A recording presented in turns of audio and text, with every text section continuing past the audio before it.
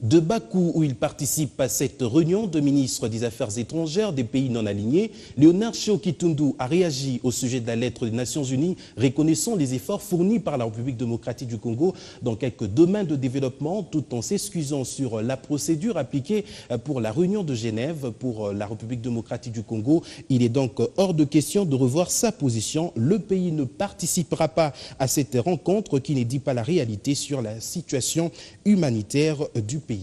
Nous nous réjouissons que le secrétaire général adjoint chargé des questions humanitaires ait reconnu les progrès réalisés en République démocratique du Congo, dans le domaine des infrastructures, dans le domaine de l'éducation et en même temps de la santé, ce qui est un atout considérable pour la République démocratique du Congo parce que lui-même a visité notre pays. Cette lettre non seulement est un aveu de l'erreur qui a été commise de ne pas associer le gouvernement à l'organisation de cette conférence, mais en même temps, c'est l'aveu aussi que les textes et les instruments internationaux qui régissent l'assistance humanitaire ont été violés.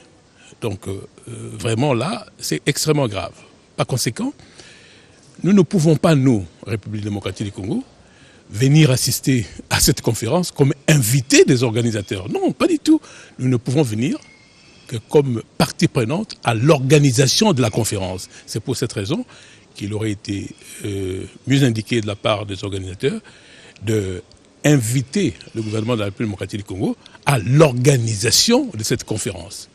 Donc, ce qui n'a pas été fait. Par conséquent, dès lors que ces préoccupations ne sont pas encore rencontrées, notre participation à la conférence de Genève ne se justifie pas. Par conséquent, nous maintenons notre décision de ne pas participer à la conférence de Genève. Mais en même temps, comme je l'ai dit au secrétaire général dans notre correspondance, nous restons ouverts à toute proposition qui soit inclusive, c'est-à-dire qui associe véritablement le gouvernement représentant légitime des populations concernées à la tenue de la conférence.